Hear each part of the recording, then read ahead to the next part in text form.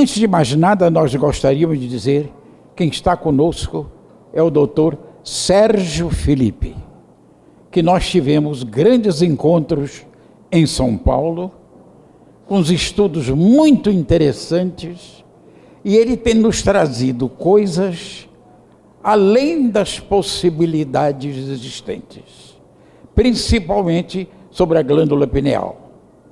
Tanto que me perguntaram uma vez: ô Andréia, você não conhece o Sérgio Felipe? Conheço. Você não sabe, é aquele que chama o doutor Pineal, onde é que ele está?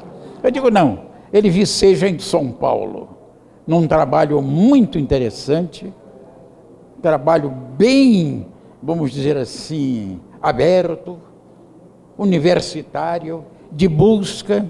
Boa tarde a todos. É com muita alegria que me encontro aqui na cidade do Rio de Janeiro com vocês, com o Dr. Jorge Andréa, meu colega e mestre também. Eu me lembro aos meus 13 anos, quando folheava e lia com curiosidade os seus livros, Dinâmica, Psi, Alicerces do Inconsciente, e como fiquei maravilhado na minha adolescência com a ideia dos núcleos de potenciação do DNA. Também o capítulo sobre glândula pineal me chamou a atenção, cruzando os dados com a leitura de Missionários da Luz, de Chico Xavier, André Luiz. E eu me recordo minha adolescência com noites mal dormidas, porque as ideias vinham à mente, corriam fortes, era difícil fugir, muita coisa que vinha na minha cabeça e eu não entendia direito o que era, motivado pelas ideias. Eu dizia, vou estudar medicina para estudar essas coisas que o Jorge Andréa está ensinando nesses livros. Então, quando eu entrei na faculdade de medicina, eu entrei inspirado pelo Jorge Andréa, inspirado pelo André Luiz. Essa é a verdade. E quando eu me formei na medicina, eu também, paralelamente, estudei todas as disciplinas da biologia ligadas à engenharia genética, para ir atrás dos núcleos de potenciação do DNA.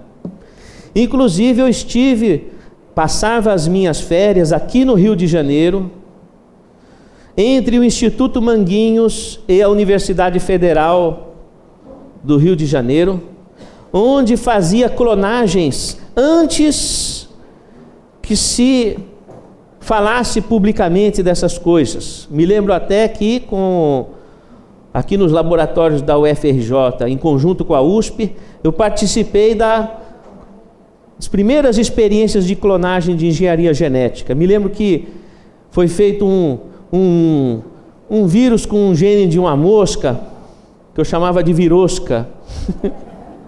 E eu pegava o ônibus com as enzimas de restrição e o DNA, com uma caveirinha desenhada na caixinha, porque eu tinha que levar para o Instituto Manguinhos e voltar para o UFRJ com aqueles clones, não é?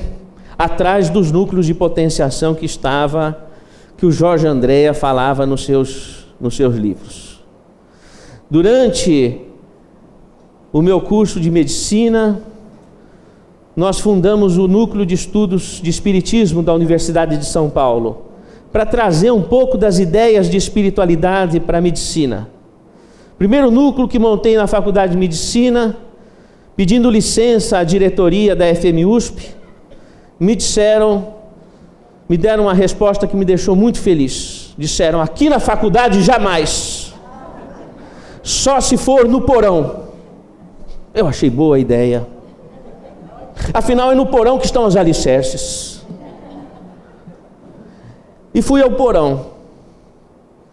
Passei um domingo e madrugada limpando, tirei os ratos, as baratas, os móveis velhos, as peças de cadáver, limpei, pintei e comecei ali o núcleo de estudos no porão. E assim foi indo. Passaram-se mais de 20 anos por primeiro convite que recebi para dar a aula de Medicina e Espiritualidade no primeiro andar da Faculdade de Medicina da USP. Quando pude falar dos núcleos de potenciação e da glândula pineal formalmente.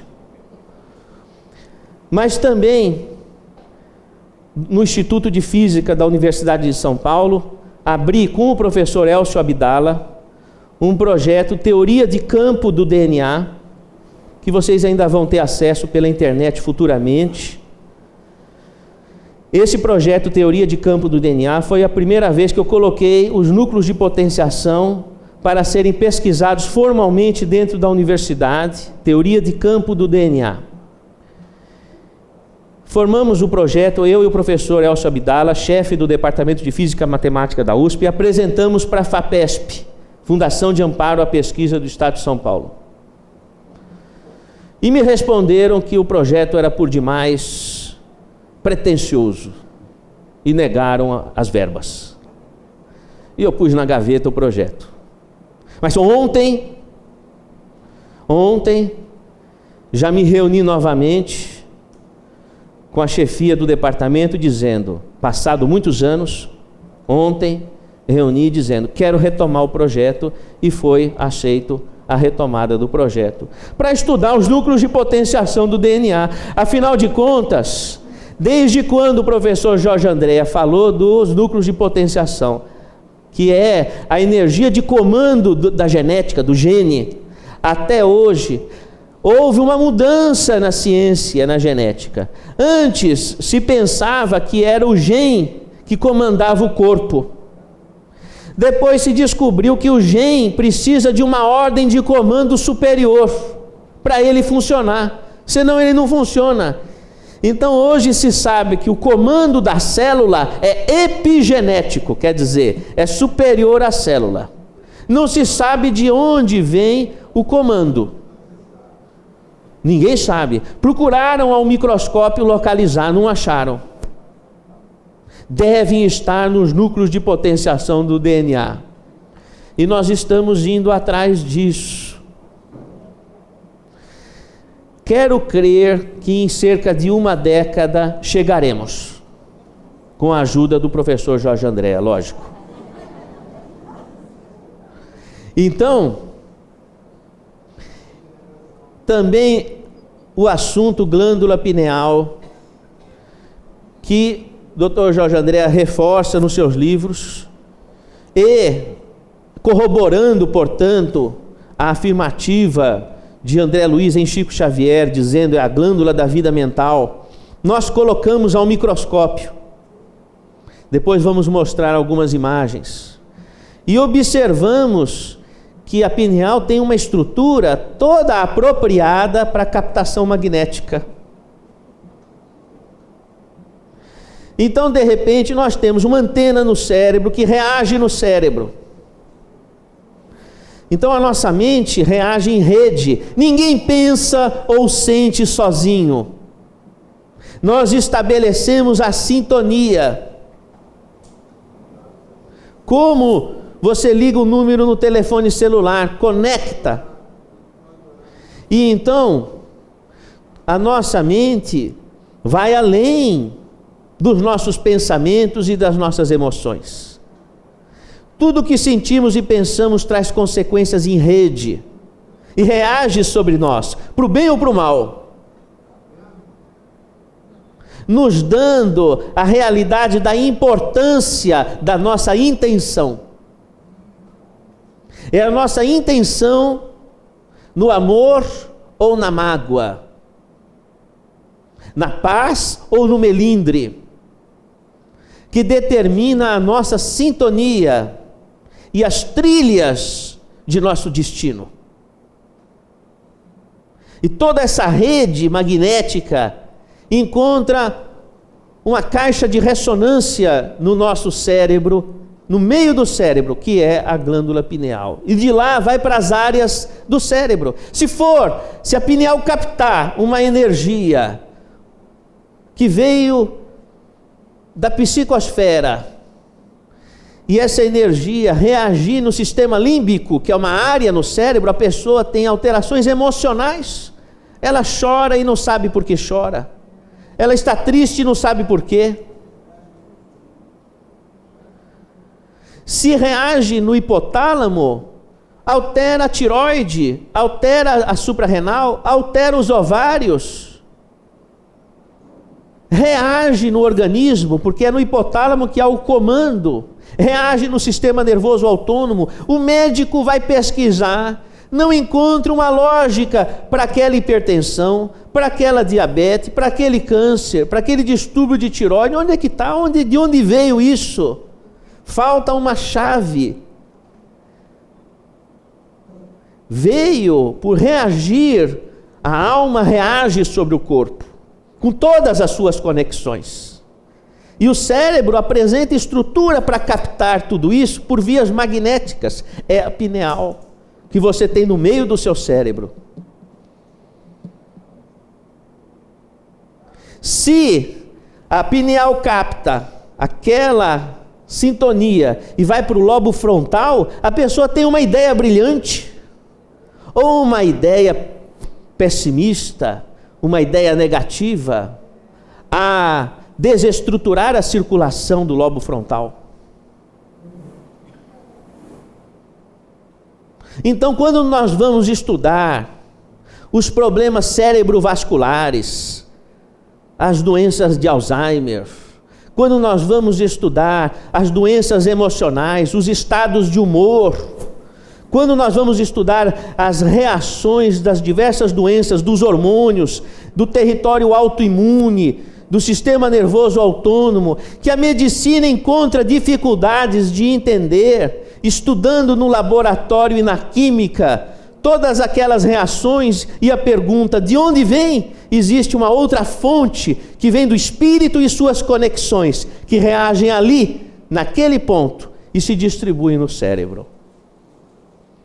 Então, tanto o DNA, que é a química do gene, a química do comando da célula, tanto o DNA recebe o comando do espírito. E esse DNA pode estar impregnado de pontos nevrálgicos da alma, as neuroses, que dificultam o desenvolvimento da célula, num órgão ou do outro. A exigir a medicação e a exigir a transformação do ser. Então, aquela doença, qualquer que seja na química, precisa também ser tratada no espírito. E a lógica se encontra aí, o DNA está aqui na química, mas o espírito reage no DNA, formando núcleos de energia, positiva ou negativa, conforme a tonalidade mental da pessoa. É isso que o Jorge Andréa vai chamar de núcleos de potenciação. Assim também o cérebro. Aliás, Machado de Assis já dizia, em Memórias Póstumas de Brás Cubas, a mente se debruça sobre o trapézio do cérebro. Ou seja, a mente, que é um produto da alma, reage no cérebro, se debruça sobre o cérebro. Aliás, esse livro, Memórias Póstumas de Brás Cubas, é uma psicografia, começa dizendo assim, se vocês bem se lembram, sou um defunto autor. É uma psicografia, não é? Então, esse conhecimento já vem dos idos do século XIX e encontra na ciência moderna amparo. O cérebro é um transdutor do espírito. E a glândula pineal é no cérebro. O eixo, como você vai segurar um prato com um dedo? Você tem que segurar no ponto que é o centro de massa. No cérebro, esse centro de energia é a pineal. É ali que desemboca e dali se distribui. Quando nós entendemos esses mecanismos, passamos a entender a conexão entre o corpo e o espírito. E como é que as moléstias funcionam na química e na alma, e como é que elas se interrelacionam. Existe uma coerência, uma lógica, e como é que chega até o DNA. E como nós temos essa conexão da mente, cada pessoa tem uma percepção, tem uma sensibilidade. E se você não domina a sua sensibilidade, se você não domina a sua capacidade espiritual, o alheio domina. Se você não ocupa o seu espaço, alguém ocupa.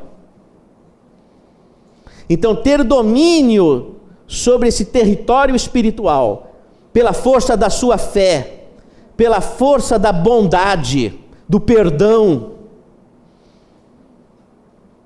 pela força das suas preces, pela força de suas ações no bem. Quando você ocupa esse espaço, você fica de corpo fechado. O primeiro espírito que você precisa receber é você mesmo, que é se encontrar a si na sua missão. E quando você encontra a sua missão, você tem a fé que remove montanhas.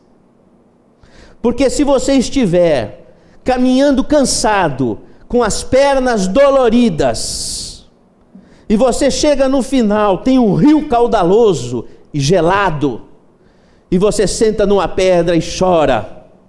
Mas se disserem, tem comida só do outro lado do rio, o rio gelado, as pernas doloridas, você atravessa o rio. Quando a gente sabe o que a gente precisa, quando a gente sabe o que a gente quer, nós enfrentamos todas as dificuldades, temos a fé que remove montanhas. E todos nós temos uma missão na transcendência. Cada um de vocês, assim eu, assim todos nós, temos uma missão. E quando nós ocupamos esse espaço, que é a articulação do bem, que nós colocamos a nossa energia no bem, não sobra energia para discussão em casa, não sobra energia para guardar más águas ou mágoas, não sobra energia para ficar doente. Para ficar doente a gente gasta energia. Então é porque tem energia sobrando para fazer algo melhor. Então quando nós colocamos a nossa energia para o bem, nós vamos saneando as nossas doenças, vamos saneando, vamos alcançando o estado de saúde, ou como se diz em francês, santé. Quando o paciente chega ao consultório, seja criança, seja idoso, eu pergunto, qual é a sua missão? Porque se você levanta de manhã e não sabe para onde você quer ir, com que ânimo você levanta? Agora, se você sabe para onde você tem que ir, o que você tem que fazer, ainda que os pés estejam sangrando, você vai. A criança chega no consultório, o que você quer ser quando crescer? Não sei. Então você levanta para ir para a escola todo dia de manhã cedinho e vai estudar tudo aquilo que você não sabe nem para que serve, nem por que você está estudando. Com que ânimo? Agora ele diz, quero ser um cineasta. Então eu sei por que eu quero levantar de manhã. Quero ser um médico, quero contribuir para a humanidade. Qual é o melhor teste vocacional? O que a humanidade está precisando e que eu posso ajudar? Esse é o melhor teste vocacional. O que a humanidade está precisando e que eu posso colaborar. Aí começa a sua vocação e a sua aptidão, em qualquer idade. E quando nós colocamos essa força de empenho, essa atitude, nós começamos a adquirir aquilo que André Luiz, em Mecanismos da Mediunidade, no capítulo Correntes Mentais Construtivas, vai dizer: adquire a pessoa o estado de euforia saudável de viver. E quanto mais idade tiver uma pessoa, mais magnetismo ela tem a exigir mais ampla cota de serviço em bem da humanidade. Porque uma pessoa de mais idade tem mais energia magnética, mais energia de cura. Sabiam disso? Sim. Porque se o corpo está degenerando, para onde vai essa energia? Sobra. Nunca ouviram falar assim, o preto velho, aquela velha benzedeira, quanto mais idade, mais energia de cura. Me dá pena ver um idoso parado, sem ter o que fazer, sendo que poderia estar estendendo as suas mãos, radiando energia, um sopro, e é muita energia, muita coisa para fazer, e que traz força para o espírito, e que fortalece também o corpo, fortalece o organismo. Todos nós temos uma missão a realizar. Essa capacidade de conexão mental nossa, em pessoas de grande sensibilidade, se a pessoa não conhece essas faculdades de senso-percepção, ela pode enlouquecer, ela pode perder tanta energia, que parece uma depressão, e usa todos os antidepressivos e não se cura. Aí tem que dar o eletrochoque, que é uma carga de energia, que é tudo que ela perdeu, para ver se recobra aquela energia. Por quê? Porque é um médium de cura, que está perdendo energia e não tem controle. É aquela pessoa que vez ou outra se manifesta com outra personalidade, de forma irascível, parece outra pessoa, uma pessoa inconstante, um médium de incorporação. E nós temos hospitais e hospitais, com milhares de pessoas, e muitas dessas pessoas, médiuns, internados nos hospitais psiquiátricos, e quando não estão internados nos hospitais psiquiátricos, estão enjaulados nos medicamentos. E eu não tenho visto os médicos fazerem diagnóstico diferencial entre os transes mediúnicos e as doenças mentais, ou quando há doença mental, onde está o componente espiritual? E é um direito do paciente ter acesso a esse conhecimento, uma vez que a Organização Mundial de Saúde hoje, bem depois dos escritos do professor Jorge Andrea, já determina que a abordagem de saúde deve envolver o domínio orgânico, psíquico e espiritual.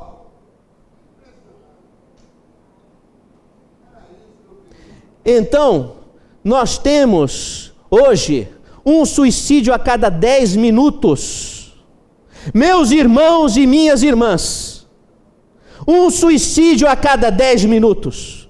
O que nós estamos fazendo parados? Por que nós estamos distraídos? Esta questão da espiritualidade na medicina é urgente. É uma ambulância gritando, porque a nossa população está pedindo socorro. O nosso cérebro apresenta 2 momentos muito especiais da chamada poda neuronal. Quando você não usa os neurônios, o organismo elimina esses neurônios. O primeiro momento é aos 2 anos de idade, pico das manifestações autísticas, a convidar a medicina e a psicologia a desvendarem os segredos do psiquismo fetal e a convidar a pedagogia a iniciar os primeiros ensinamentos do espírito que reencarna já dentro do útero materno. O segundo momento de poda neuronal é entre a pré-adolescência e a adolescência. Se aquela criança não recebeu com a pedagogia correta as informações, e se não fez os exercícios necessários de espiritualidade, através das manifestações da meditação, da oração e da prática do bem, quando chega aos 12, 13 anos, não tendo usado o circuito nervoso que conecta mediunicamente com a espiritualidade, o organismo varre esses neurônios. Aí acontece um fenômeno semelhante àquele que ocorre nos animais. Quando o animal está doente, ele vai comer a planta que cura aquela doença. É um dos mecanismos de pesquisa da farmacognosia. O orangotango está com dor de estômago, ele vai achar a planta que cura a dor de estômago. O cachorro está com um problema no coração, ele vai achar a planta que trata o coração. Então o pré-adolescente, o adolescente, tendo perdido os neurônios de conexão, ele vai atrás da planta que o coloque em transe. E ele vai para as drogas. Então a prevenção das drogas é trabalhar espiritualidade desde pequeno. Diríamos ensinar trabalho e Jesus até os 3 anos de idade. Para formatar o cérebro. E aí o adolescente não tem necessidade de ir atrás dessas conexões artificiais e negativas. Então o tratamento dessas pessoas deve envolver um resgate desta capacidade. Então, meus irmãos e minhas irmãs, o que nós estamos fazendo parados? Com a sociedade pegando fogo de doentes do espírito. E nós que conhecemos espiritualidade, temos que arregaçar as mãos e colocar esses conhecimentos em prática. Dizia assim: errar sem saber é perdoável, mas conhecer e não fazer já é pecado. Então eu venho aqui, humildemente, convocá-los a um trabalho. Nós estamos fundando a Escola de Medicina e Espiritualidade, Uniespírito. E então, a primeira instituição que abraçou a Fundação Espírita André Luiz, com o Hospital das Casas André Luiz, com 800 leitos, com pessoas portadoras de malformações cerebrais, UTIs e etc., ambulatórios com milhares de pessoas sendo atendidas. Somado a 12 ou 13 hospitais de psiquiatria em São Paulo. Somado à Escola de Eurípides Barçanufo de Sacramento, que entra com a Uniespírito, para ensinar os conhecimentos de medicina para as crianças e os adolescentes. Somado ao Hospital Casa do Caminho de Araxá, somado ao Hospital Fogo Selvagem de Uberaba, somado à Casa do Caminho de Angola, na África, com uma escola com 800 crianças, que estamos propondo a metodologia de Eurípides Barçanufo, a maternidade de Angola, o Hospital Geral de Angola, mas as instalações que estão sendo trabalhadas junto à Confederação Espírita da Argentina em Buenos Aires, a equipe da maternidade do Hospital Psiquiátrico de La Rioja, também na Argentina, também a equipe de amigos em Milão, na Itália, e assim estamos trabalhando a Escola de Medicina e Espiritualidade, a Uniespírito. E venho aqui para propor a Uniespírito Rio de Janeiro, arregaçarmos as mangas para levarmos esses conhecimentos para os hospitais, para a ação prática, para as escolas. Eu queria mostrar um pouco do site da Uniespírito, esse na Fundação Espírita André Luiz.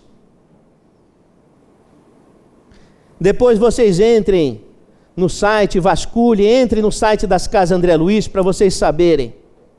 Eu queria também mostrar para vocês o nosso trabalho na África. Esse eu chegando com a minha esposa no hospital em África, onde os ensinamentos das obras do Jorge Andréa vão estar sendo aplicados também. Aqui cumprimentando os nossos amigos, o Trajano, a equipe da África, a Dona Amélia. Este é o primeiro parto que eu e minha esposa fizemos. Não havia gente suficiente. Eu fui fazer uma visita, já tive que entrar no staff.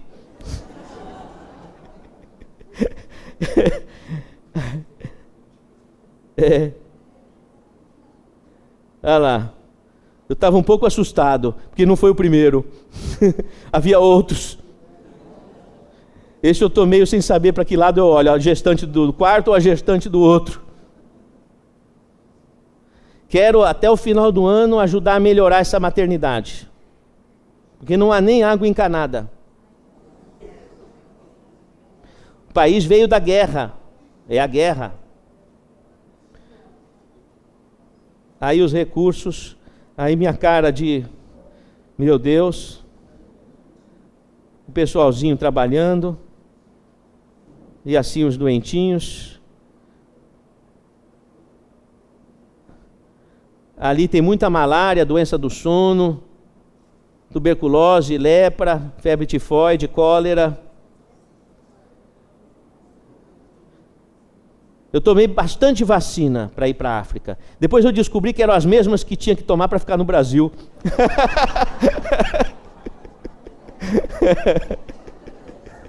A gente esquece essas coisas, né?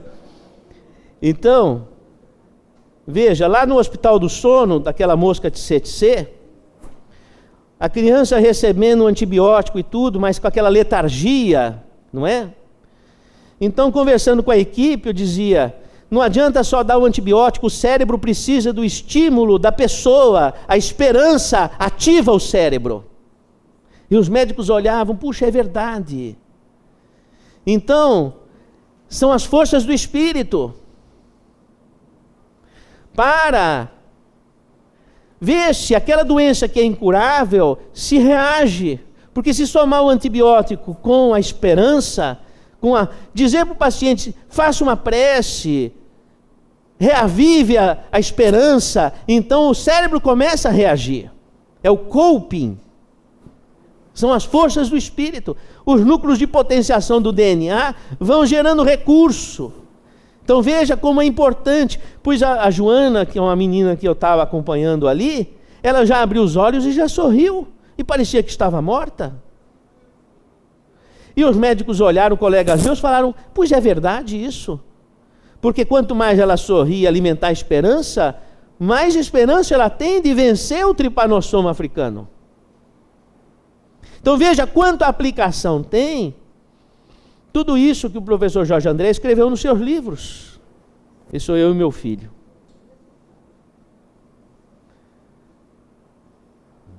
Aqui o pessoalzinho, tão bacaninha aqui. Ali as gestantes esperando a consulta, no meio da floresta, né? Ali as nossas irmãs. O Brasil tem uma dívida com Angola. 80% da população brasileira veio de Angola. Olha lá que gracinhas. Esses são os problemas né? Olha lá, a fila de gestante. Por isso que tive que fazer parto. Cada mulher tem 7 filhos.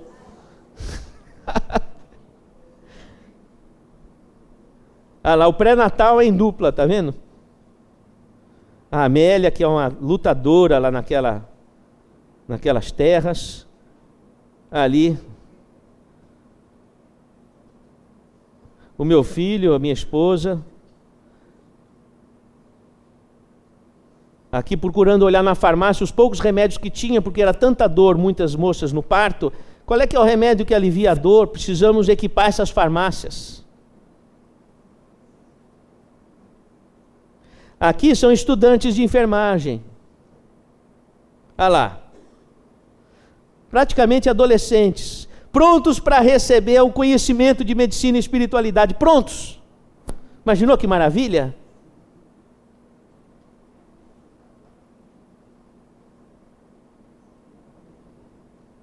O pessoal. Aqui é a escola, 800 crianças. Imagine ensinar para essas crianças a força do Espírito. Estão ali com os olhinhos abertos, prontos para aprender, disponíveis.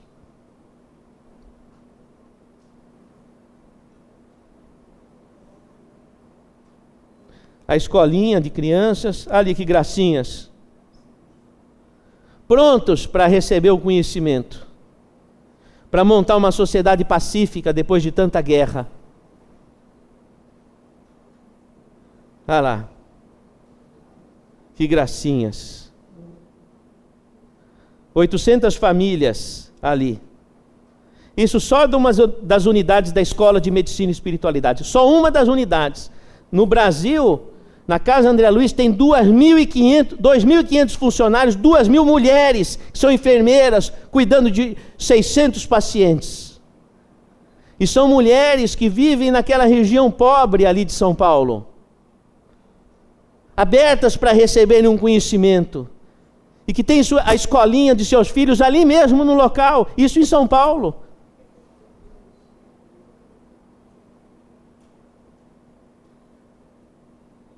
Aqui, Jorge Andréa, é um quadro mostrando o projeto do Hospital Escola da Unispírito. Hospital Escola, Agostinho Neto. Agostinho Neto é o Dom Pedro I deles. Aqui é o projeto do hospital, que o professor Jorge Andréa será um dos docentes. Olha lá, meu filho, minha esposa Amélia, os amigos. Aqui estamos caminhando. Aqui o terreno onde vai ser construída a universidade, junto a esses baobás. E eu espero a visita do Dr. Jorge Andréa lá, na inauguração da sede. Inaugurar a sua sala de aula. Dá? Olha, a minha fé é tão grande que eu tenho certeza. Aqui nós estamos no terreno onde vai ser construída a universidade, vocês estão convidados. Esse é o baobá que tem ali no meio não é? Nós estamos fazendo uma oração no terreno onde vai ser construída a Universidade do Espírito, onde vão ser estudados os alicerces do inconsciente, onde vão ser estudados os núcleos de potenciação, a pineal e a aplicação de todos esses conhecimentos pela causa humana. Aqui, o horizonte da esperança.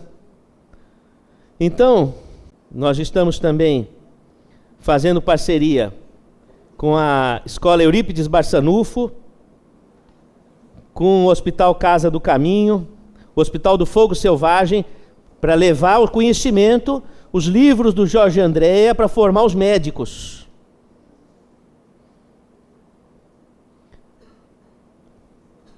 Então,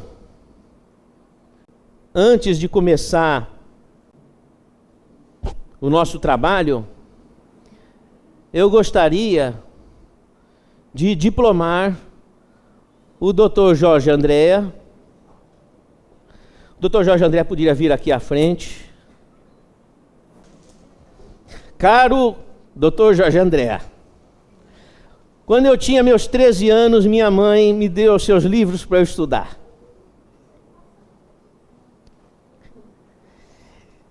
E eu fui estudar. E achei que tudo aquilo era verdade. Agora quero agradecer que fiz medicina estudando seus livros. E agora nós montamos essa Escola de Medicina e Espiritualidade, que é a Unispírito. E através da Marisa, que fez tanta parceria contigo. Marisa, por favor, lhe entrego o diploma de professor emérito, em nome da Fundação Espírita André Luiz, o diploma de professor emérito da Escola de Medicina e Espiritualidade, a Unispírito, com a nossa gratidão.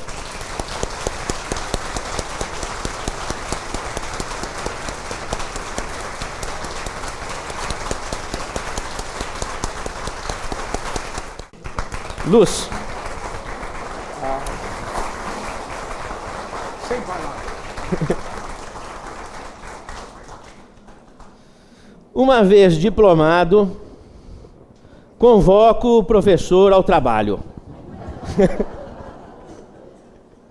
Para a sua aula inaugural, nos trazendo alguma palavra de esperança para os futuros médicos, estudantes de medicina e quem quer que se interesse por colaborar pela saúde e pelo bem da humanidade. Está dado a palavra ao professor.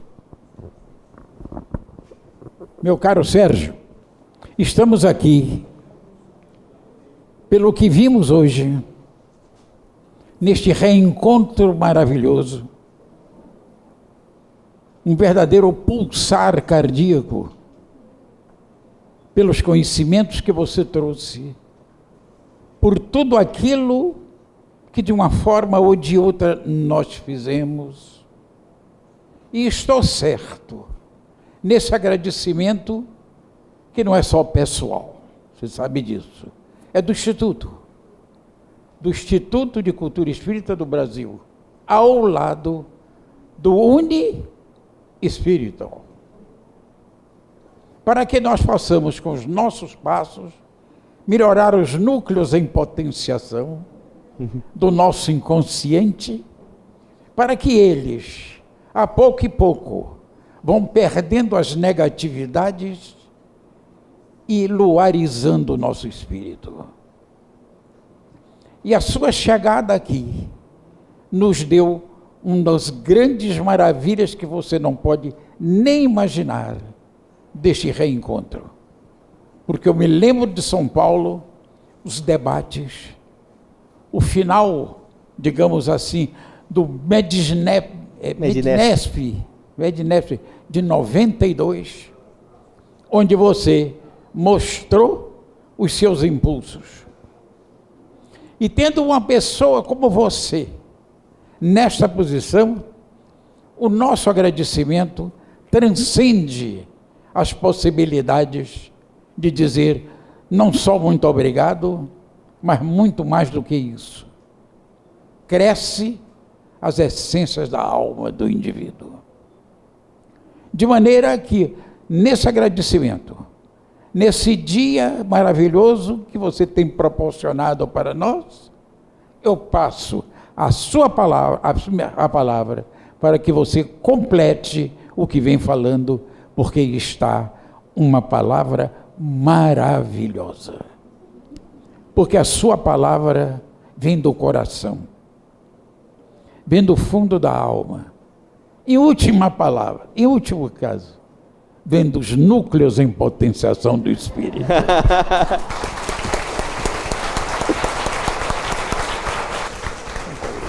Obrigado, Luz. Eu que agradeço. Luz. Eu queria apresentar para vocês, talvez muitos de vocês já conheçam, algumas reflexões sobre essa questão da glândula pineal, que é uma das nossas motivações de pesquisa. Quando a gente fala glândula pineal, na verdade, não é simplesmente um órgão anatômico que nós estamos falando, mas é um conceito, porque a glândula pineal é a parte do nosso corpo que nos relaciona fisicamente com as dimensões do espaço.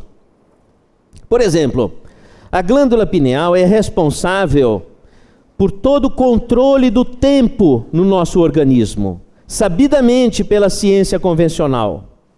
É o relógio do organismo, é a glândula pineal, que vai dizer a que horas que você precisa produzir um hormônio ou outro, uma enzima ou outra, vai coordenar o tempo. Para vocês terem uma ideia, por exemplo, o câncer, o que é o câncer?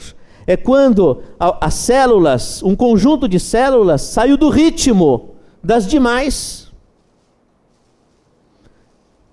Mas quem controla o ritmo é a pineal. Então alguma coisa vem lá de cima, do meio do cérebro. Houve um descontrole de ritmo. Assim também os transtornos do humor, os transtornos imunológicos, são transtornos do ritmo, fora do equilíbrio. Naturalmente não é a glândula pineal a responsável em si. Como a torneira não é responsável pela água. É apenas o canal por onde a água passa e nos serve. A pineal é essa torneira que capta do além as forças eletromagnéticas que reagem no nosso organismo e na nossa mente. É apenas uma torneira. Mas, por essa torneira, por esse encanamento, nós chegamos em outras dimensões do espaço. Então, quando nós falamos em pineal, nós falamos em conexões mentais. Nós falamos em interação entre o mundo corporal e o mundo espiritual. Lembre-se de que o mundo espiritual, a vida após a morte, é um assunto da ciência, porque a ciência nunca provou o materialismo. Não há um trabalho científico sequer que tenha provado que o materialismo seja realidade existencial. Então, vida após a morte e comunicabilidade com o mundo espiritual é um assunto dentro da ciência. E nós precisamos usar a nossa inteligência para deixar de ficar ajoelhando para o materialismo. Eu contei para os meus amigos hoje no almoço, uma vez que eu estava dando uma conferência, e lá no fundo, um professor catedrático, depois de minha fala, levantou-se e falou: eu quero que você mostre os trabalhos científicos que provam o que você está falando. E eu bem disse ao professor: caro professor, por 20 anos ou mais estudei esse assunto para que eu pudesse fundamentar a minha convicção. Vai estudar. Por que que eu tenho que ficar provando para ele? Porque tem essa história. O espiritualista vai conversar com o materialista sobe no trono e fica: quero que você prove, mas eu não tenho prova nenhuma, mas eu nunca vi evidência, mas eu não sei o que lá. Ora, veja, nunca viu evidência, fique feliz. Fique feliz. O que eu não posso é ver o paciente ali sofrendo no hospital psiquiátrico, sofrendo sem diagnóstico médico, a medicina se atrasando, isso é que eu não posso ver.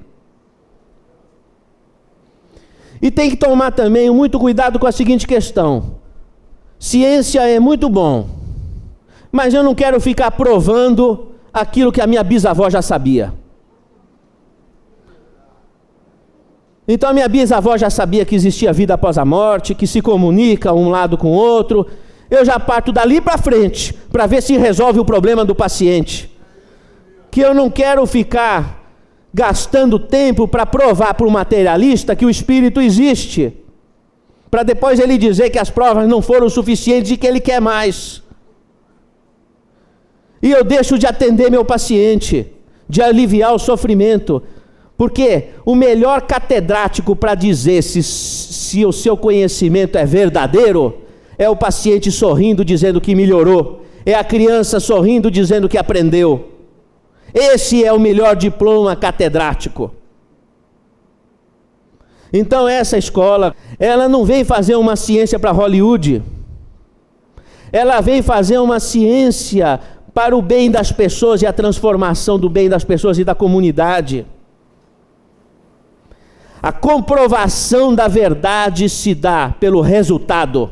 Não é porque 5, 6 professores disseram que os cálculos estavam com a estatística correta ou não, que vão dizer. Isso as universidades materialistas já têm competência para fazer. Então nós vamos aplicar o conhecimento. E não quero discussão teórica, ficar floreando a vaidade, empavonando o saber. E a atitude de servir e ajudar alguém é ótimo para derrubar a gente do pedestal. Você acha que sabe? Quando você vai aplicar o que você sabe para ajudar a pessoa, como a doença não leu o tratado de medicina, ela puxa o teu tapete e fala: você não sabe nada. Então, o conhecimento deve estar regado à atitude de compaixão e de auxílio. Quando você auxilia, estende sua mão, porque você sabe que a mão e o coração têm a mesma origem embriológica, é o primeiro arco branquial, de lá nasce o coração, nasce a mão. Nunca sentiu o coração na mão? É um sinal atávico das origens embriológicas, e você vai estender sua mão, estender seu coração, arregaçar, trocar fralda, carregar no colo. Uma pessoa que não carrega no colo uma criança mais que uma semana já começou a ficar neurótico. Uma semana sem carregar uma criança no colo já começa uma neurose. Nós temos milhares, milhões de crianças abandonadas e órfãos. No Brasil e no mundo nem se fala. E por aí vai, idosos, doentes no hospital. Eu já vi no Hospital das Clínicas, adolescente, minguando sozinho, num leito, depois de uma anemia profunda devido a uma leucemia, aguardando um transplante, de uma família que veio lá do Nordeste, e ele está sozinho porque a família não pode vir visitar.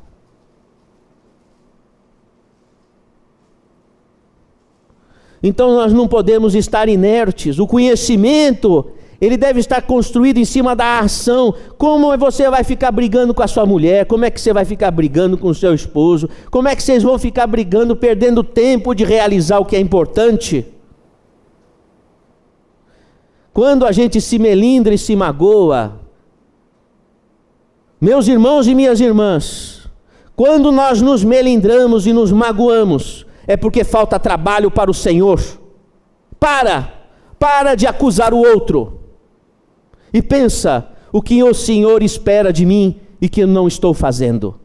E você começa a resolver o teu problema. Este daqui é do Código Internacional de Doenças. Sabe o CID, quando você vai pedir afastamento do trabalho, tem que vir o número do CID? Então, estados de transe e de possessão, hoje é diagnóstico médico. Você sabe que uma vez eu fui falar no Instituto de Psiquiatria da Universidade de São Paulo e falei, gente, já tem diagnóstico de mediunidade. Aí o pessoal olhou e falou assim, não, mas estado de transe e possessão não é isso do que está escrito. É uma coisa outra que enrola aqui, dobra ali, mas não é. Eu olhei e falei, mas está escrito estado de transe e possessão. Se não é isso, tinha que estar escrito um nome diferente. Porque agora deram para isso.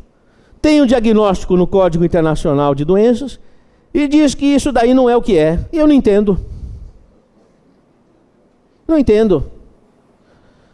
Depois diz assim que a medicina não admite a obsessão espiritual. Estado de transe e possessão é o quê? Aí disseram que é o que não é. Eu falei, como é que pode? Se tivesse lá no Nordeste, ia dizer, é o facão e a jaca. E é isso. Pronto. Não é? Então vamos deixar de lero-lero. Já está admitido. Está escrito aí. Vai dizer o que é, não é? Como é que é isso? Então, hoje precisa de ver aquilo que chama comorbidade. Comorbidade é, no problema que você está vivendo, qual é o componente espiritual que entrou a parte mediúnica? Naquele diagnóstico de esquizofrenia, onde está o componente mediúnico? Do transtorno bipolar, daquela epilepsia, daquela diabetes, daquela hipertensão difícil de tratar, daquele alcoolismo, onde é que está o componente? E precisa de orientar o paciente, para ele entender. Passa pelos tratamentos espirituais, mas tratamento espiritual não pode ser para a eternidade. Você tem que ver quando é que a pessoa precisa começar a trabalhar. Ontem eu recebi um paciente de 30 anos, usuário de droga. Usa crack, usa cocaína, bebe. Os pais são espíritas. Nasceu ele no centro espírita. Como é que chegou nesse ponto? Mas eu olhei para o menino, um menino bom. Um menino envolvido por uma situação que ele não sabe de onde ele vinha. Não sei o que aconteceu, mas não sei segurar. E faz tratamento, e faz tratamento, e faz. Com 30 anos, começou com 14. E eu disse aí aquele menino, chega. Você não vai mais fazer tratamento espiritual. Eu vou te preparar, em 2 meses você está trabalhando numa sessão, como médium de cura. Porque se ele não ocupar a percepção dele para o bem, ela fica aberta para o alheio. Ele já conhece espiritualidade, ele precisa estar trabalhando ali.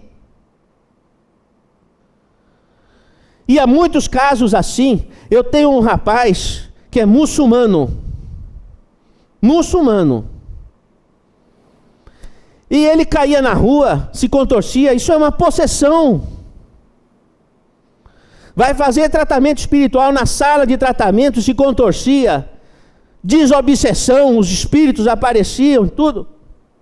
Assim que eu percebi que ele entendeu, porque eu expliquei muitas vezes, passou uns 3 meses, coloquei ele na sessão para trabalhar, com orientação, psicólogo junto, dirigente de sessão junto, ali, amparando. Foi uma quebradeira janada.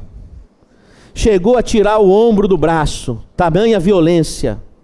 Hoje, passado 1 ano, ele recebe um espírito de um índio que fala em castelhano. E sob o domínio daquele índio, ele doutrina as entidades na sessão, com uma sabedoria impressionante. E quando ele, por algum jogo de questões espirituais, quando é o caso, ele reza em árabe, porque ele é muçulmano. Mas cai na rua e tem contorções como acontecia? Não. Ele está aprendendo a dominar o fenômeno.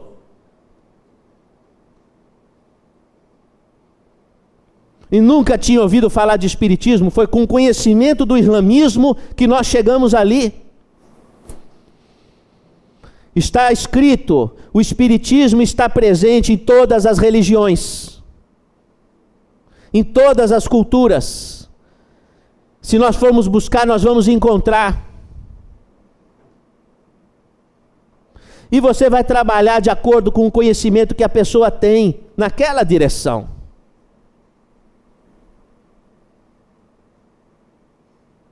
A criança está confusa, o pai é evangélico, a mãe é espírita, o menino tem problemas espirituais e fica uma confusão na cabeça do menino. É evangélico, é católico, é espírita. Eu falo, chega menino, chega. Não importa se é católico, espírita, você sabe o que é fraternidade? Não sei. Não sei o que é fraternidade. É amizade. É esse jeito que eu estou conversando com você, que você está gostando. Amizade. Mãe, ensina para o seu filho valores. Tira o rótulo. A verdade está naquilo que te leva a fazer o bem. Ali está a verdade.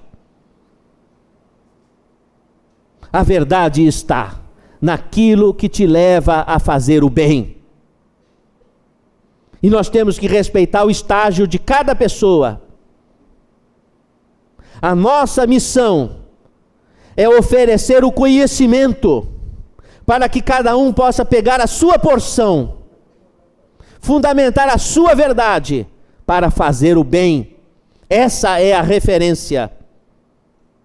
E nós vamos ver, portanto, em tantas culturas, esse diagnóstico. Imagine esse menino muçulmano indo para um hospital aqui da UERJ, da UF, que são excelentes, mas sem abordar a questão, como é que vai resolver o problema? Quantos existem com esse problema? Veja a nossa responsabilidade. Eu não estou aqui debatendo ideias. Eu estou representando o pedido de socorro de milhões. É bem diferente. O DSM-4, Manual de Estatística de Desordens Mentais da Associação Americana de Psiquiatria, diz o seguinte: American Psychiatry Association. O médico deve tomar cuidado para não diagnosticar erradamente, como alucinação ou psicose, casos de pessoas que dizem ver ou ouvir espíritos de pessoas mortas, porque isso pode não significar uma alucinação ou psicose. E o governo americano oferece grants para várias universidades dos Estados Unidos pesquisarem a vida após a morte.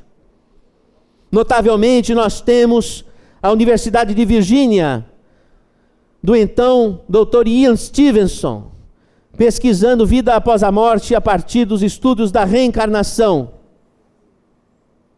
com o patrocínio do governo e patrocínio de uma das grandes multinacionais, que é a Xerox.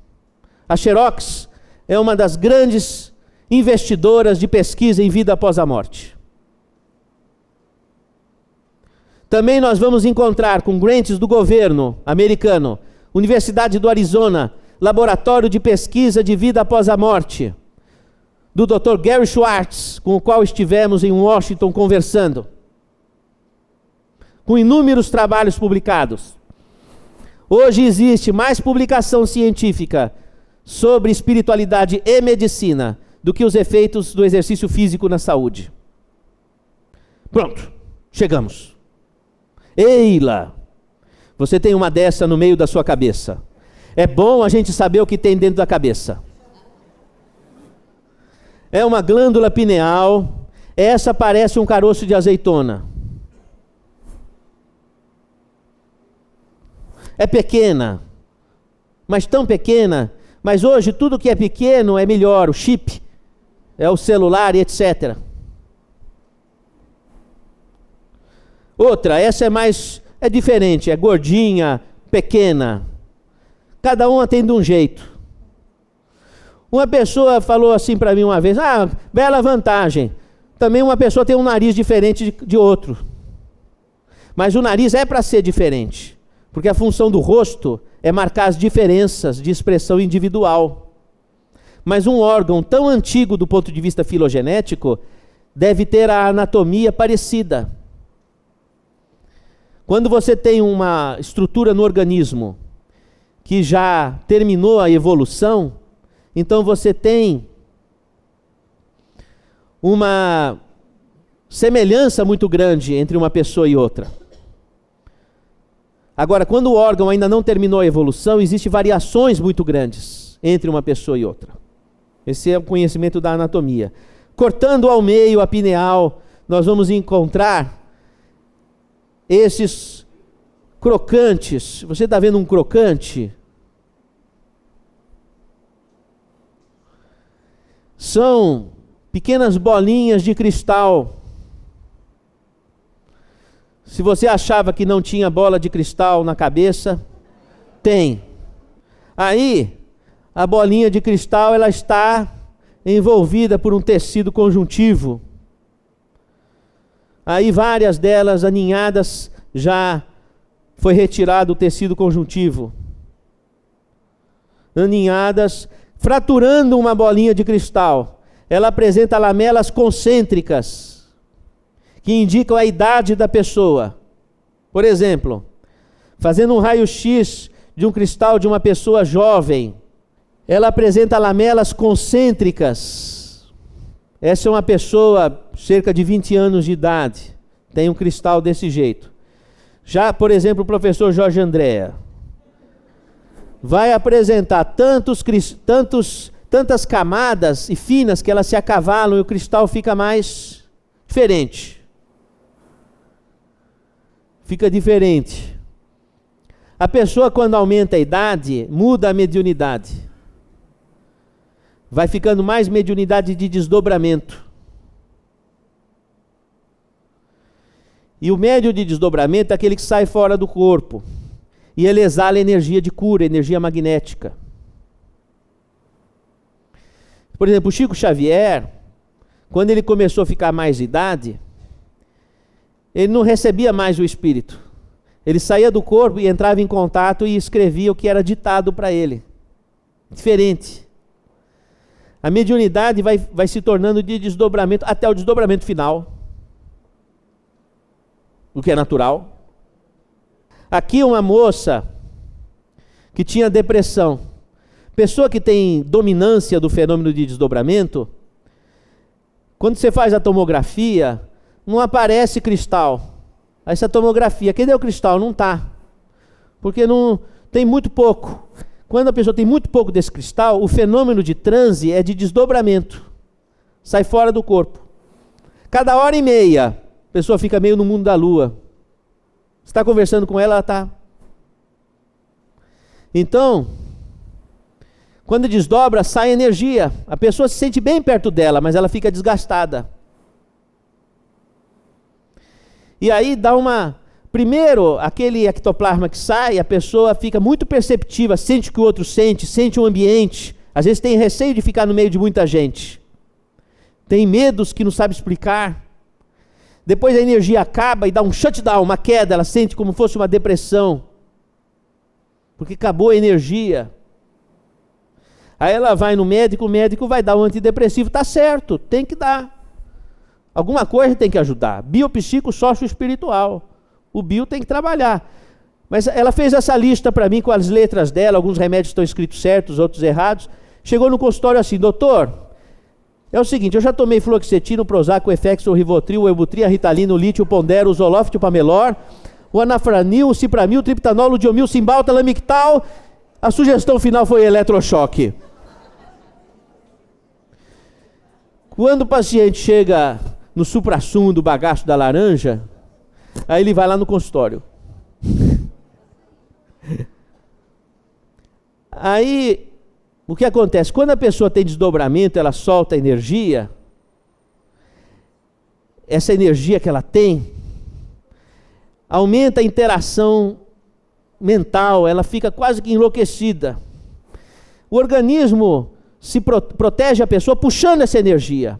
Quando puxa essa energia, vai para a via calórica, ela engorda, sem saber por que engordou, porque não comeu tanto. Você vê aqui, ó, quando ela tomou o Anafranil, ela engordou 20 quilos. O Anafranil não tem caloria para engordar. A engorda veio porque recolheu o ectoplasma, foi para a via calórica e o organismo usou aquilo. Quando não engorda, forma tumor, mioma, forma pedra, cisto de ovário, cisto hepático, cisto renal, cisto de tireoide. Começa a formar formações ectópicas. Ou sangra, tem metrorragias, colite ulcerativa.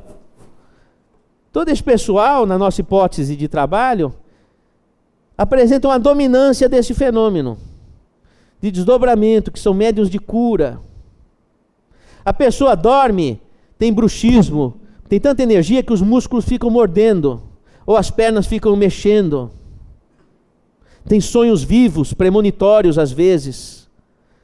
Acorda de manhã cedinho, 5 da manhã, disposto, fala, mas está muito cedo, vai deitar, levanta às 7 cansado. Fala, que coisa estranha, se eu acordei às 5 disposto, como é que eu dormi mais 2 horas, agora estou cansado? Vazou todo o ectoplasma. Porque no sono existe um equilíbrio entre o espírito e o corpo. Você dormiu o que você precisava, você sai disposto. Se você dorme mais, vaza ectoplasma. Aí a pessoa fica cansada, com cara de ovo. E tem gente que tem essa característica de energia. Se a pessoa trabalha sozinha no escritório, etc., não drena energia, ela fica sempre com sono, sempre cansada. Tem que trabalhar com gente, cuidando de gente para drenar energia. Aí, veja como essa pessoa tinha cisto de mama, ó, tecido fibroglandular, cisto simples de mama esquerda. Aí, ó, cisto de ovário com sangue. É toda essa... Está sobrando energia. Aí esse é o desdobramento, saída fora do corpo. Aqui está no mundo espiritual, os amparadores da pessoa. Aqui a mitocôndria, dentro da célula. A mitocôndria é para onde vai o oxigênio que você respira. Quem Quem descobriu o oxigênio foi o Lavoisier, aquele que disse que na natureza nada se perde, nada se cria, tudo se transforma. O Lavoisier, no século XVIII, trabalhava na casa de pólvora. E uma coisa que ele não queria ver na casa de pólvora era fogo. Então ele começou a pesquisar como é que forma o fogo. Ele descobriu que era o oxigênio, o gás comburente. Então onde há oxigênio, existe energia, existe fogo, não é? Então quando você respira, o ar que você respira vai para o sangue, do sangue vai para as células, das células vai para essa tal dessa mitocôndria. A mitocôndria é bem pequenininha, imagina um mosquitinho que tem uma sujeirinha no meio do dedinho mínimo. É 1000 vezes menor do que a sujeirinha do dedinho mínimo do mosquito. É pequeno. Para lá vai o ar que você respira. Vamos respirar, respire. Está sentindo o oxigênio chegar até as mitocôndrias? Depois você faz mais em casa. Veja bem se não é verdade. Aqui na mitocôndria, o oxigênio chega e vai produzir caloria. Caloria. Mas não produz só caloria. Quando você vai produzir uma energia, você produz uma multiplicidade de energias. Por exemplo, vamos supor que eu veja bem, vamos fazer uma experiência. A mitocôndria produz energia, que é a caloria, mas quando você produz energia, a energia nunca vem pura, ela vem com uma multiplicidade de expressões. Por exemplo, vamos supor que nós vamos produzir energia sonora. Essa energia sonora vai produzir também calor, não é? Então, quando a mitocôndria produz caloria, ela produz outras energias. Uma dessas energias é o ectoplasma. Entendeu? É dali que vem. Como a mitocôndria, ela apresenta DNA, aí ó, também tem cromossomo dentro da mitocôndria, DNA. Então vem com características próprias. Cada pessoa produz energia de um jeito diferente. É importante você diagnosticar qual é o jeito para você encaminhar para a ação melhor para a pessoa. E o interessante é que a mitocôndria é de origem materna. Então, em geral, o efeito biofísico da mediunidade é de origem materna. A parte biofísica da mediunidade. A ascendência é materna. Tem uma genética. Esse é um longo assunto, fica para outra vez.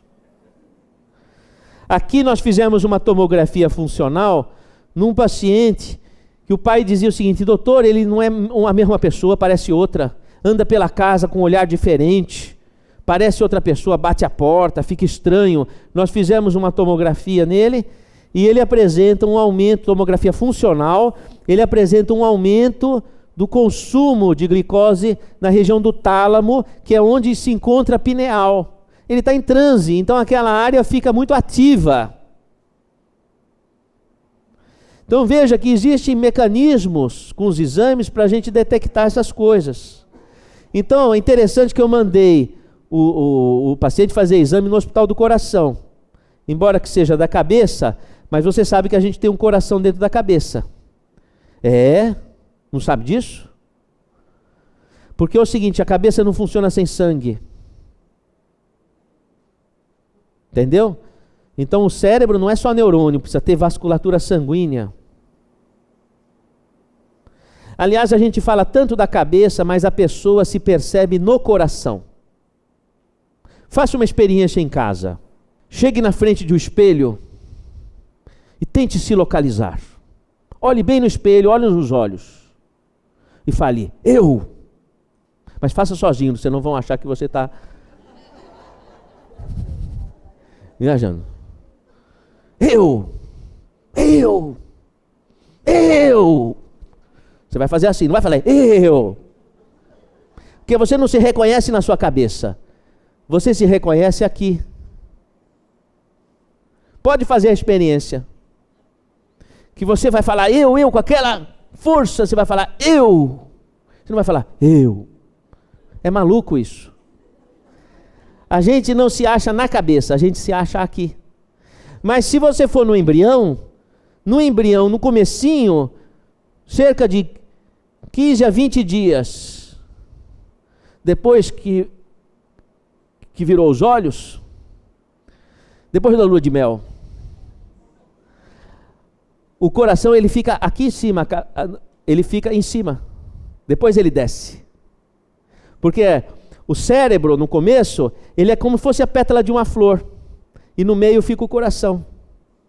Ele é aberto assim. Aí no meio fica o coração, e o coração vai descendo, desce. A boca nasce do coração. Nunca sentiu o coração saindo pela boca? Por isso que a gente fala o que tem no coração. A boca depois desce para o pescoço e cai aqui. Mas veio de lá de cima. E veio arrastando tudo, os neurônios, os nervos, veio para cá. Por isso que quando a pessoa infarta, ela pode ter dor aqui, ó, na mandíbula. Dor no braço, porque o braço nasce do coração também. Então, a gente tem um coração no meio do cérebro. Então, quando você vai pesquisar o cérebro, como ele funciona, você pesquisa pelos vasos sanguíneos. Que o pensamento chega no cérebro pelos vasos. Quando você pensa ou quando você sente, você vai abrir a circulação das áreas cerebrais que você está usando.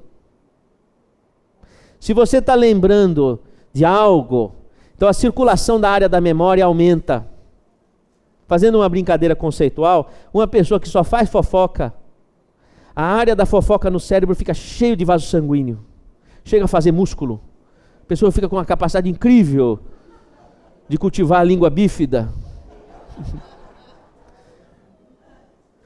Você vai forçar no seu cérebro a circulação do que você alimenta no espírito, nos sentimentos. Então ativa a circulação. E então é pela circulação do cérebro que chega o seu sentimento e o seu pensamento. O André Luiz vai dizer no Mecanismo da Mediunidade, que a energia vital, que é a força do espírito, chega através do sistema hematínico, que é o sangue. Então, gente, é o seguinte, por exemplo, você sabe que a simbologia da cruz do Mestre Jesus tem muita sabedoria. A cruz representa o seguinte: o madeiro horizontal é o horizonte dos nossos problemas. E o madeiro vertical é a solução que aponta para a luz. Todo problema é uma cruz. É o problema em si, sustentado pela solução. Só que nós estamos acostumados a olhar só para o madeiro horizontal. Então, a capacidade de enxergar a solução do problema, nós não utilizamos isso e o cérebro fica com a circulação deficiente na capacidade de solucionar problema. Mas se você, cada problema, cada pessoa difícil, você entender, é uma cruz. Alguém pensou assim, nossa, aquele estrupício, vou ter que pensar nisso. Então, é o madeiro horizontal, é o problema. Lembra, a solução está sustentando esse problema. E você faz o exercício de encontrar uma solução, você vai ativar a circulação do seu cérebro, ativando os neurônios que te levam a perceber a solução. É exercício. Agora, se você vê o problema e você reclama, se queixa, falando sempre a mesma ladainha de reclamação, o seu cérebro se fortalece na reclamação. É ou não é? A área da reclamação, da queixa, do negativo fica vigorosa, cheia de sangue vivente ali. Então o cérebro, ele responde com o aumento da circulação nas áreas que você ativa pelo que você cultiva dentro de você. Fui claro nessa questão da relação entre o cérebro e o coração? A gente, meus amigos, minhas amigas, queria lembrar de vocês uma coisa que o André Luiz avisa. Um hospital que uma pessoa está doente, precisa haver educação mental. Porque se a pessoa está doente, aquela doença vem para avisar ela do que ela tem que transformar dentro dela. É um aviso. E a pessoa precisa se perguntar: o que eu preciso mudar de mim? Essa doença está me chamando para o quê? E aí, com essa pergunta e um esforço, a mente se abre para a pessoa chegar no ponto. E chegando no ponto que precisa transformar, e transformando, a doença não tem mais propósito. Agora, se ela está no hospital, chorando a doença e revoltada, imagine isso, aumenta a ferida. Não pode um hospital não ter educação mental. Porque a circulação vai responder à tonalidade das suas intenções, do que você focaliza. E eu não vejo nos hospitais nenhuma orientação dessa para os pacientes. Então o que nós estamos fazendo sentados aqui? Eu até falo na Associação Médico Espírita: chega de congresso, vamos trabalhar. O pessoal sabe disso, está fazendo. Já estamos no ponto bom. Todo mundo, não é só médico. Porque para ensinar essas coisas não precisa ser médico. A minha bisavó já sabia disso. Então, veja que interessante. Ele vai diagnosticar estudo tomográfico por emissão de pósitron, sem evidência de anormalidade. Discreto aumento de metabolismo regional em tálamos, que é a região da pineal. Ele percebeu que tem uma diferença. O que o radiologista vai falar? Ele escreve embaixo: variação do normal, interrogado. Ele não sabe o que é mediunidade. Vem uma interrogação. O que é isso? Não é doença, mas também não é normal. É a mediunidade. Detectada no exame. Esse daqui é a mesma coisa que eu fiz nos Estados Unidos. Um aumento do sangue aqui na região da pineal. E na região occipital, porque era clara evidência. No caso, sem o aumento da circulação no córtex, a crítica da razão. Sem a crítica da razão. Aqui, o paciente apresenta o cristal da pineal. Está vendo aqui? Pessoa que aparece na tomografia esses cristais, na minha hipótese de trabalho, eles têm a mediunidade de incorporação. Puxa! Então aumenta a pressão arterial, aumenta o fluxo sanguíneo da cabeça, aumenta o pulso, a pessoa sente taquicardia. Aí eu mandei fazer um Doppler, olha lá, ó. Doppler, aumento da velocidade de fluxo, acompanhado de índice de pulsatibilidade normal, sistema carotídeo bilateralmente com especial aumento de velocidade da cerebral média. Sistema vértebro-basilar, elevação de velocidade de fluxo. Ela queixava de dor de cabeça, aumentava a pressão arterial, mas não dava para dar antihipertensivo, porque quando passava, caía a pressão. E a dor não melhorava com remédio. O que está acontecendo com essa moça? Ela está entrando em transe de incorporação. Ela começou a psicografar. Melhorou. Então eu não estou falando da minha cabeça, eu estou vendo no exame. Então, espiritualidade na medicina não é somente você ir no consultório médico, depois tomar água fluidificada e passe.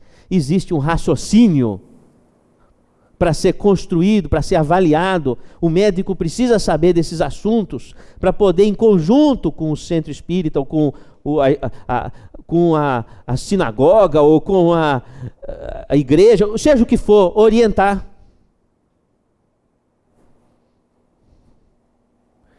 Aqui, na Universidade Federal de São Paulo, um menino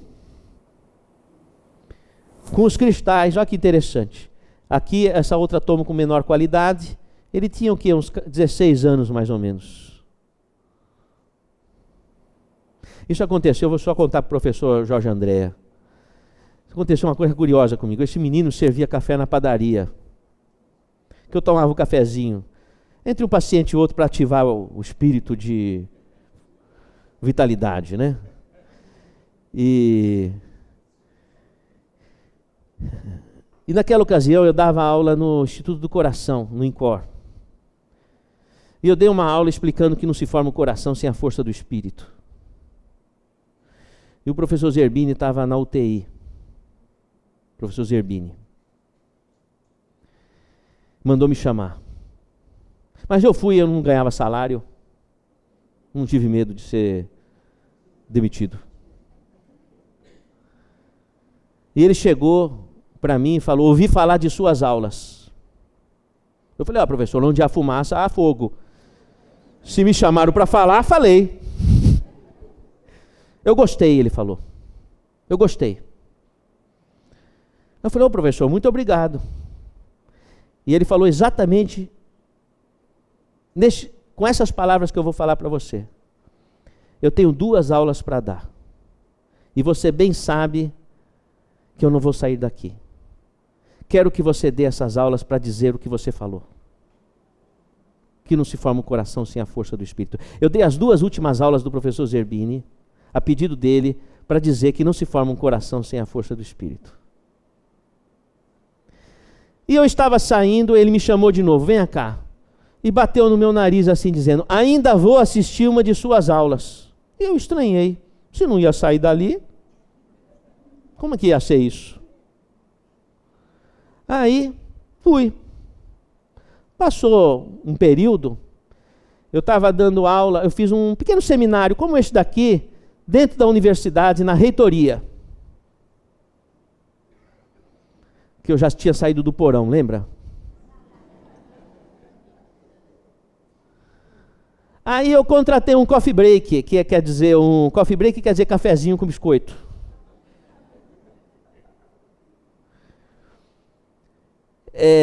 E aí, lógico que eu chamei o rapaz da padaria para fazer, que ele já me serviu o cafezinho, ele veio fazer o coffee break. E eu estava dando aula e tal, daí a pouco ele teve uma convulsão, começou a se debater, caiu no chão, e nós fomos socorrer, sentamos ele na cadeira do aluno, que tem aquele anteparo que tem um caderno. Ele recuperando da convulsão e tal, pegou a caneta, começou a escrever. O pessoal parou assustado, porque foi uma coisa assim vigorosa, sabe? Escrevendo. Assina embaixo: Zerbini.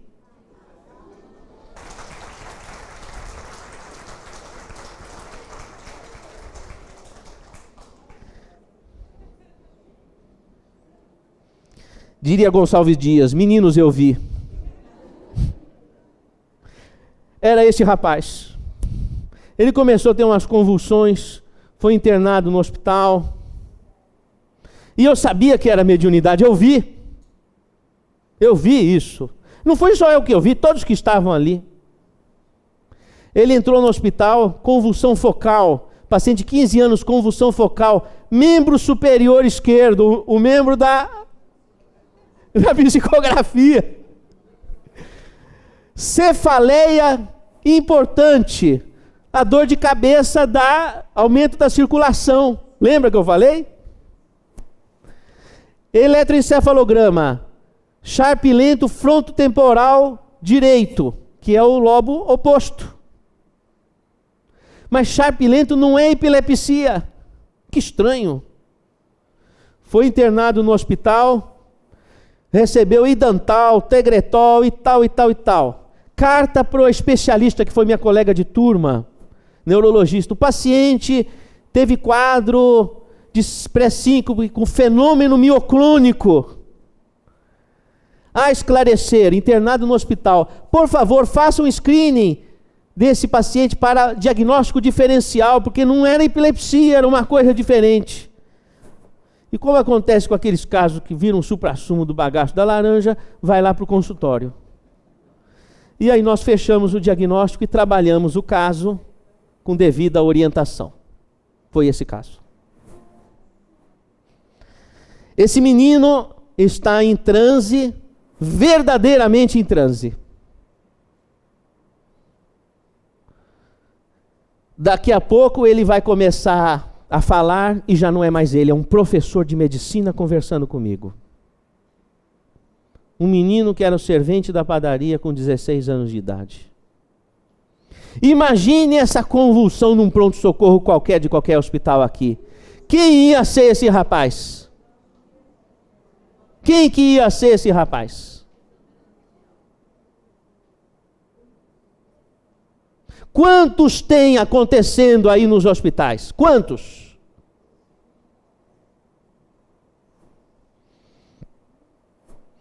Então, queria novamente fazer esse alerta, essa questão de medicina e espiritualidade.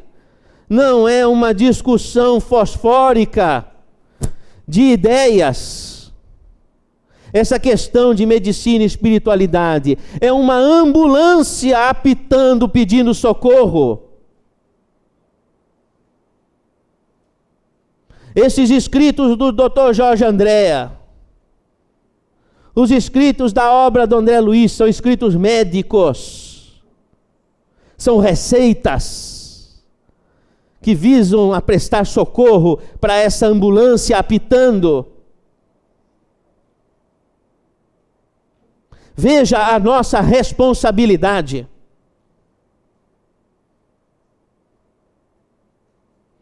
Então eu queria finalizar a minha fala aqui para alguma conversa entre nós, fazendo um convite para vocês. Vamos montar aqui no Rio de Janeiro a Escola de Medicina e Espiritualidade.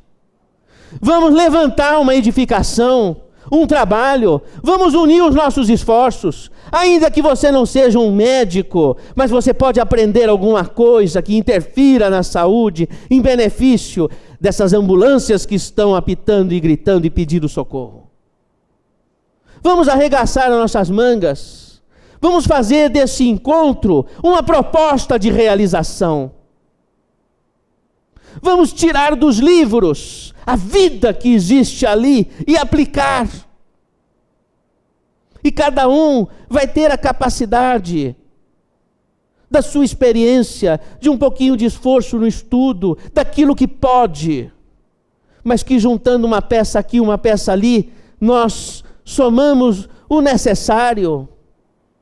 Você pode, em qualquer idade que for, contribuir, mas nós não podemos deixar essas letras guardadas em folhas se amarelando, de verdadeiras mensagens da espiritualidade, nos entregando ferramentas de salvação, e nós ficarmos sentados em cima da nossa distração, nós ficarmos sentados com os nossos rancores, com as nossas mágoas, com as nossas tristezas, com as discussões, com os desentendimentos, encarcerados num sofisma de energias que não têm direção.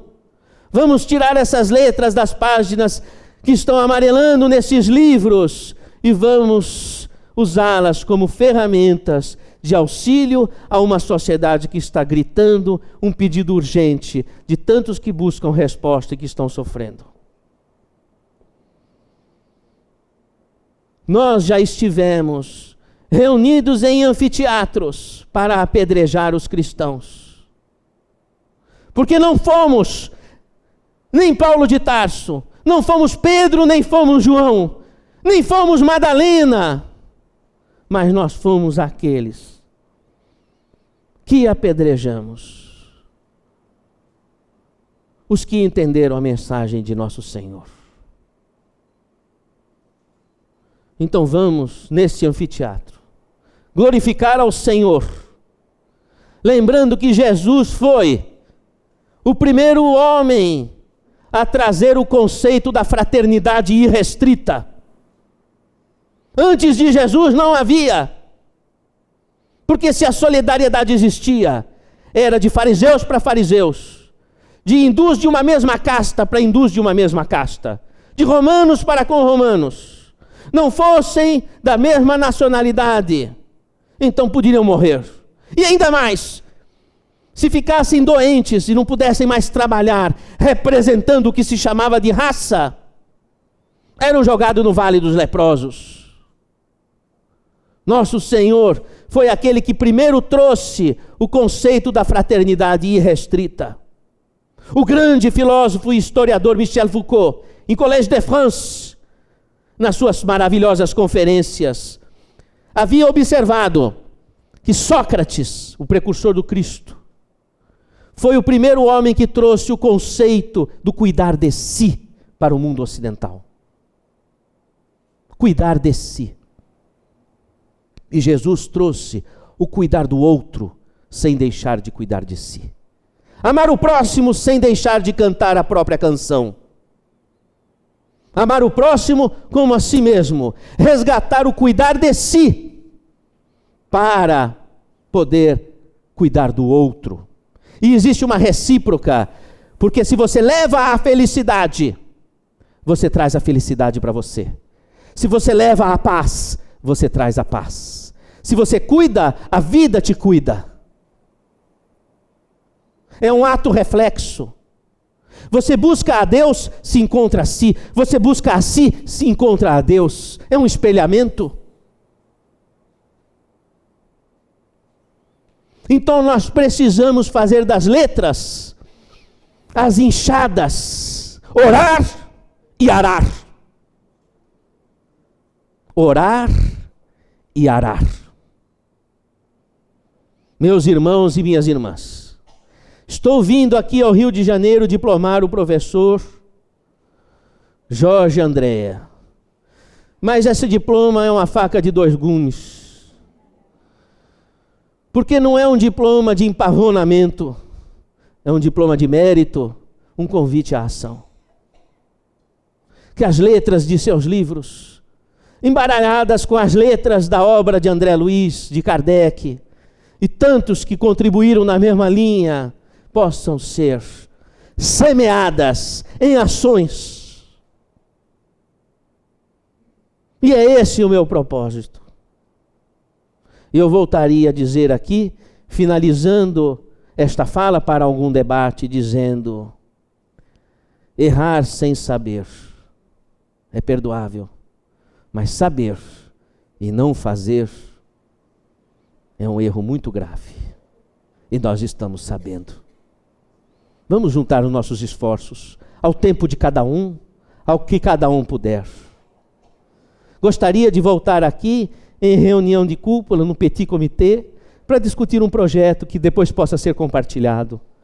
Vamos arregaçar nossas mangas, vamos levantar um ideário que possa transbordar para os hospitais dessa cidade e servir de paradigmas para tantos outros de tantas nações que se irmanem no ideal do bem e do amor. Muito obrigado pela atenção, estou à disposição para um debate.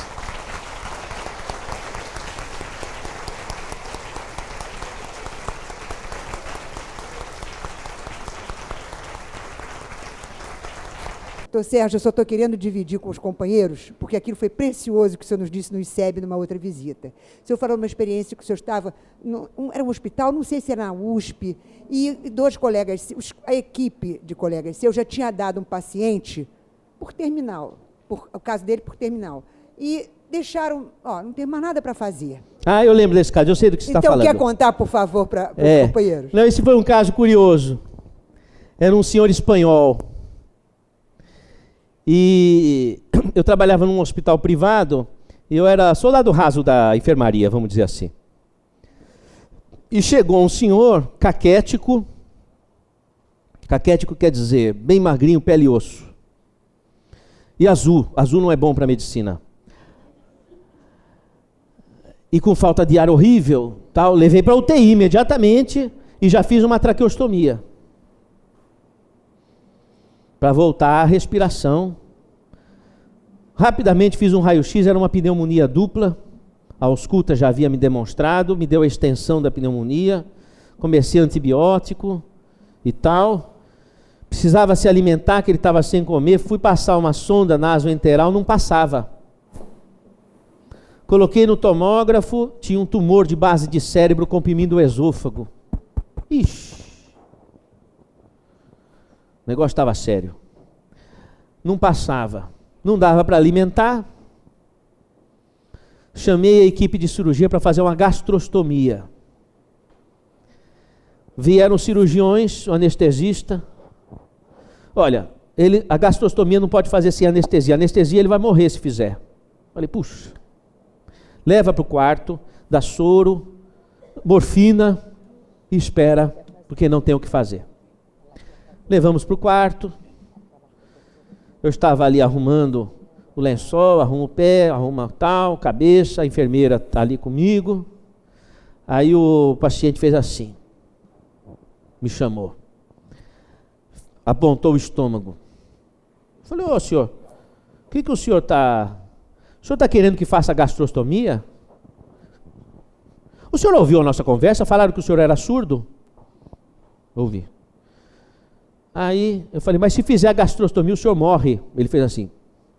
Eu falei, é verdade. É verdade. Aí, eu sempre aprendi uma coisa importante. Na hora da dúvida, reza. Por que existe a dúvida? Para você lembrar que você não é Deus. É porque às vezes a gente quer ser Deus, quer que tudo aconteça do jeito que a gente quer. E se não acontece, a gente fica ansioso. Querer ser Deus traz ansiedade. É melhor querer estar com Deus, é diferente. Então na hora da dúvida, é para você fazer parceria com Deus. Você faz o possível, deixa para Deus o impossível. E eu segui essa linha. Sentei na minha mesinha de prescrição, fiz uma oração. Me veio uma ideia, falei, puxa vida, vou chamar um oncologista e vou conversar com ele. Chamei, meu amigo, qual é a atitude heróica para salvar a vida desse senhor? Ele precisa, pelo menos ele precisa comer. Se ele comer, já dá para começar. Ó Sérgio, a sonda não passa, não dá para fazer a gastrostomia. Só se você der um diurético que enxuga o tumor, aí você passa a sonda, mas ele vai morrer de pressão baixa. Aí eu falei, estou satisfeito, porque Deus me deu um QI de 140, não foi à toa. Eu não preciso dar diurético. Veja, um paciente que está sem comer há vários dias, ele não tem proteína. Se ele não tem proteína, o sangue sai dos vasos e incha. Pessoa que não come proteína incha. Inchou o tumor. O que eu vou fazer? O que eu peguei? Peguei plasma de sangue, tuchei na veia dele. Plasma tem proteína e tem célula de defesa, não é? Tal. Olha, passou no final do dia, ele tomou a aguinha onde estava a seringa que limpava a sonda uretral. Falei, o senhor tomou a aguinha, ainda bem que tomou. Olha, ele tomou a aguinha, se ele tomou a aguinha, ele vai tomar uma sopa. Chamei a nutricionista, começou a se alimentar. Mas voltou a ficar coradinho, voltou e tal. E a família falou, mas doutor Sérgio, já providenciamos tudo, que história é essa? Não ia morrer? Avisaram que ia morrer? Eu falei, pois é, mas não morreu. Puxa, será possível isso? E então eu dei alta para ele, e o pessoal do hospital falou, você fez a bruxaria, você cuida. Aí, eu comecei a acompanhar ele na casa dele. Mas eu sabia que ele ia desencarnar. E eu falei para a esposa dele, leia o livro Nosso Lar para ele saber como é que é do outro lado. E a esposa falou, doutor, o senhor não sabe como é que é esse espanhol? Ele é materialista, ele não acredita em nada disso, ele guarda dinheiro debaixo do colchão. Ele queria voltar do hospital para saber se o dinheiro estava ali. Aí eu falei para ela, não há problema, faça o seguinte, afaste a cadeira e leia, porque ouvir ele ouve, e levantar ele não consegue, vai lendo.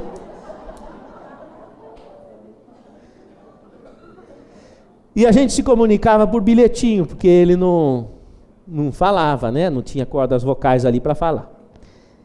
Então passaram 6 meses, exatamente 6 meses, ele já tinha escrito o bilhetinho daquela visita. Disse para mim, doutor, agora estou preparado para ir. No dia seguinte ele teve um mal-estar, levei para o hospital, ali ele desencarnou. Depois dos 80, a pessoa só vai quando quer. É verdade isso, é verdade. Bom, meu nome é Débora Alves dos Santos Fernandes. E como o professor Jorge André foi seu mestre, você também foi o meu. Eu lhe conheci quando eu era estudante de medicina. E hoje sou professora de medicina da Universidade Federal do Estado do Rio de Janeiro. Professora de homeopatia. A minha pergunta é sobre a homeopatia dentro dessa história. Mas eu gostaria de colocar aqui que me coloco à disposição para a Universidade do Espírito, Sim. tanto como professora, como participante também do Núcleo Espírita Universitário de nossa universidade, Hospital Universitário Gafreguini. Puxa, muito bom, Estamos viu, aqui gente? à disposição. Que bom. Você foi uma força inspiradora, vocês dois. Muito obrigada. Obrigado. Que bom, viu? Que bom. Vamos arregaçar a manga, viu, gente? Sérgio, eu sou professor da UFRJ, mas sou da área de engenharia. Eu fiz engenharia biomédica. Como engenheiro, eu passei 1 ano de tempo integral dentro da faculdade de medicina. Então, tenho uma noção do que é. Eu gostei, e aliás, fascinado pela leitura do Jorge André sobre a glândula pineal. E eu me lembrei que da minha época, quando eu fiz os cursos de medicina, em 1971, me chamou um pouco a atenção o nódulo sinoatrial, que é tido como origem dos estímulos para o feixe de Ir para o coração. Então, me pareceu, eu gostei muito disso, e sempre fiz, em função dessa sua palestra também, das leituras do Jorge, a coisa do estímulo, que também não sai dali. Na realidade, são, na minha visão, emanações eletromagnéticas que são traduzidas no nódulo sinoatrial e, a partir dali, fazem o coração pulsar. Eu queria que você fizesse um comentário sobre isso. Sabe, o amigo sabe que o coração, ele tem... O embrião, ele é formado a partir de 3 folhetos, o ectodérmico, o mesodérmico e o endodérmico. O folheto mesodérmico, porque o embrião primeiro é como se fosse 3 folhas abertas, ectoderme, mesoderme e endoderme. A ectoderme vai dar origem à pele e ao sistema nervoso e órgãos sensoriais, inclusive os nódulos do coração, os nódulos elétricos. Então existe uma conexão entre a atividade sensorial, a atividade nervosa e o nó sinoatrial, que é o marcapasso elétrico do coração. Então, os dissabores da alma levam a descompasso do coração. Se for pegar a literatura, vai ver, o coração descompassou depois daquela emoção, não é? Por quê? Você se emociona, o coração acelera. A emoção, ela provoca uma profusão de reações, não só adrenérgicas, mas também elétricas. E o marcapasso do coração, ele é um receptor disso. Eu acho que é um território de entendimento e de pesquisa da psicossomática fora de série, não é? E a gente poderia dizer que a atividade elétrica do coração seria o cérebro das emoções, não é? É um terreno fabuloso para a gente começar a discorrer, debater e fazer planos, não é? Muito bem. Nós vamos encerrar as perguntas, porque tem umas coisinhas para completar. Sim, isso. Umas coisinhas leves. Mas antes queremos agradecer o companheiro que nos trouxe essa maravilha de informações, e vocês podem ficar certos que os núcleos em potenciação nossos vão melhorar. Estão mais brilhantes com essa palavra, etc. Mas junto disso, nós queremos lhe ofertar os DVDs do primeiro semestre do Instituto de Cultura Espírita do Brasil. Olha, obrigado, viu? E tem mais o seguinte, agora é o pior. Um livrozinho nosso antigo, Retalhos Psicológicos, que são repetições, rememorações do que já escrevemos. aqui ou ali. De maneira que quando você tiver um tempinho assim muito leve, no voo, sem nada a fazer, você mexe aí com os núcleos. O professor mandou estudar.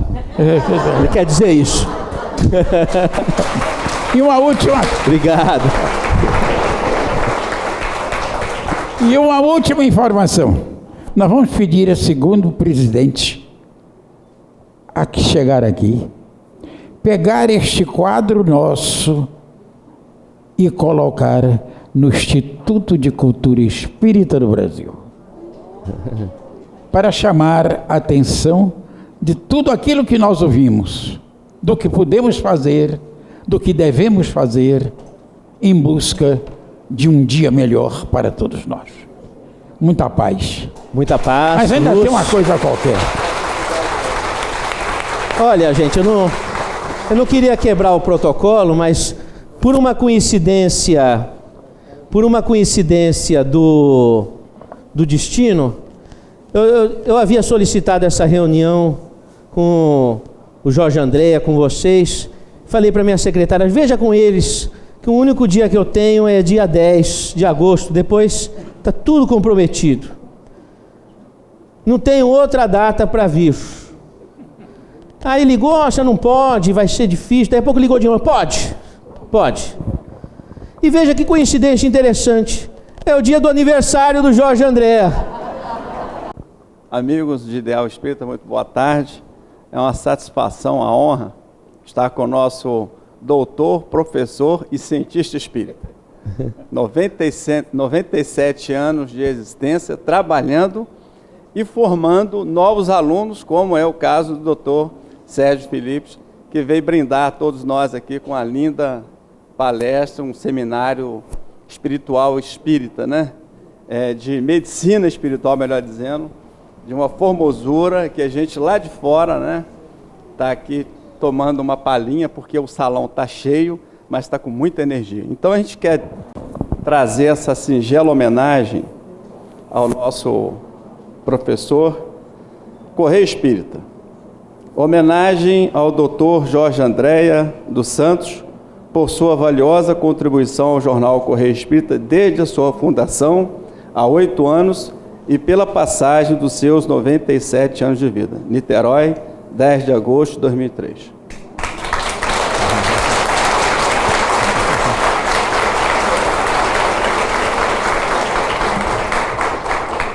Gente, o que eu ia sugerir a vocês, que a gente fizesse valer a ideia de que a boca e o aparelho fonador nascem do coração, e vamos cantar um parabéns, não é?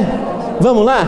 Parabéns pra você, nessa data querida, muitas felicidades, muitos anos de vida. Parabéns pra você, nessa data querida, muitas felicidades, muitos anos de vida. O Jorge Andréa nada! É tudo! Como é que é? É pique, é pique, é pique, é pique. É hora, é hora, é hora, é hora, é hora. Ha, ti, bum.